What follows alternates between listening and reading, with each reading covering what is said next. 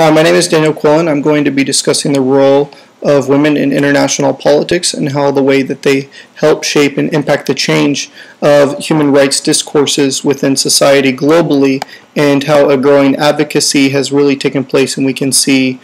a global trend of gains and how we can anticipate a positive future of equality and closing the leadership gap.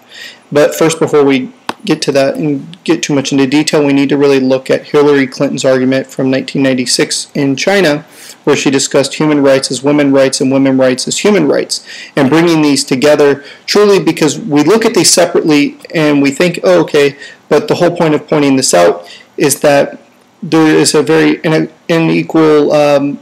level of rights for men and women, globally, and by bringing them together, we will no longer regard them as separate, and we'll look at them in the same light. Such issues she's trying to bring attention to are cultural practices is within certain countries that are demonstrative and harmful to women, and we have a growing advocacy within this positive anticipation now that we can expect further in the future, as female genital circumcision in Africa, as discussed in the article by Abu Sharaf,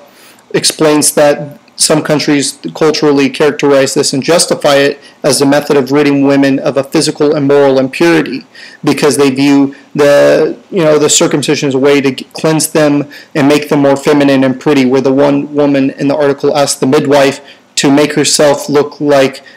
clean, like the back head shaved of a pigeon. And it's really just a very damning thing that is quite unbelievable to picture and imagine when she asked this. But we see advocacy through certain programs like the UN reducing genital circumcision by 40% from 2008 through 2012 in various programs. We also see, though, in the past 2 decades, more women in power that are showing us the gains that have taken root, such as Angela Merkel in Germany, who's the first woman leader of Germany and the only current female leader of a G8 country, as well as Ellen Sirleaf as the first woman that was elected head of state in Africa. And we're seeing the gains of that, even in the Murray book, of how they explain how they're regarded such positively as the mother and grandmother ceremonial figures of their country. In Gender and Politics, we also see the article by Hughes, Konovich, and Patton explaining the sharp gains of women in parliaments across all regions of the world, representing this high record growth, even in the East, in Asia, and all those various parts of the world. Latin America, we're seeing the growth that's taking root and how we can continue to rise in this manner. We're seeing, though, and raising this argument on the impact of women in international politics, how sometimes we have a leadership problem where we need to close this leadership gap, because since 1960, only 30 women have been top executives in modern countries. But as we grow with the amount of women representation, we'll see more women in leadership power, executive power, parliamentary power, that's going to diminish this gap. We see that the political representation grew from 1995 to 2010 by 73%,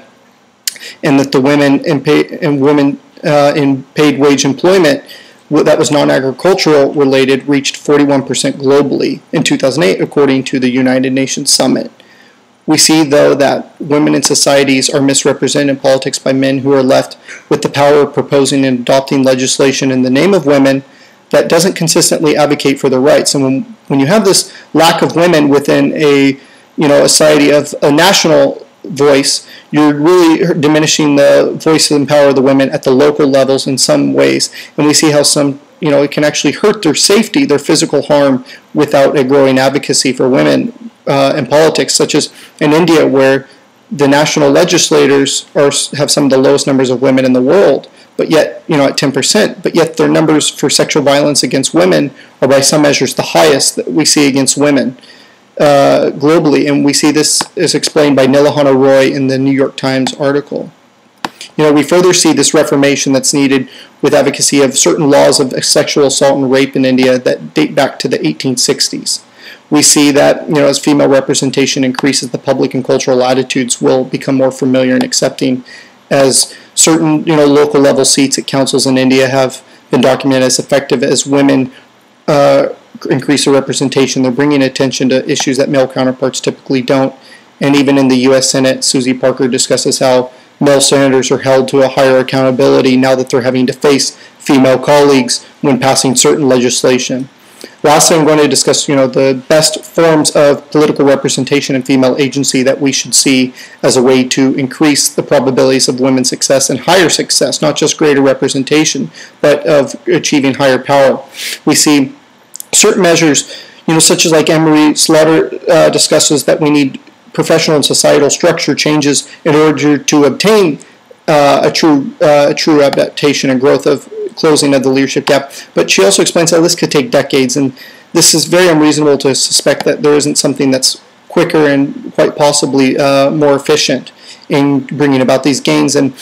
to just get rid of this lack of political ambition level as discussed, and it still takes a candidate by Lawless and Fox, showing about how the survey over an 7 to 8 year period time span showed that the females' ambition levels actually declined in some cases. We see, though, that gender quota laws, in my view, are one of the more successful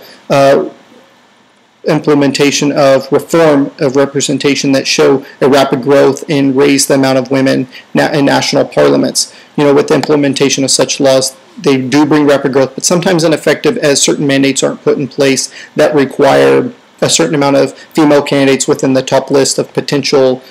candidates someone can vote for, which sometimes it buries them at the bottom of the list. But we do see with such countries implementing these laws an average of 13% higher women representation than those that oppose these affirmative action legislations. We see, though, Iraq and Afghanistan lead with the largest gains in history when they implemented such laws. And when Argentina first was the country to implement a gender quota law in their country, there was a gains of 17% in the next immediate election. Now, in my view, the best way of representing women, of creating not just greater representation, but of possibility of greater power, I think, is proportional representation electoral system, which is a form of political agency that has the party delegate candidates. The parties delegate candidates for the legislative seats as the emphasis in campaigning, and voting is placed on the party. It takes away from the majority of criticism normally placed on an individual candidate and a plural majority electoral system, such as in the U.S., where we have we're ranked 85th in female representation in national legislators in the world. But yet, we look at executive president style elections such as plural majority, where Hillary Clinton, Sarah Palin, one was viewed and criticized for being too manly, the other for being too feminine. Irene Saez in Venezuela, who's criticized because she used to be Miss Universe. And then we see in New Zealand where, they employ both systems, and yet women in the 2005 elections had a 23% higher success rate than those in the plural majority systems, which is quite remarkable.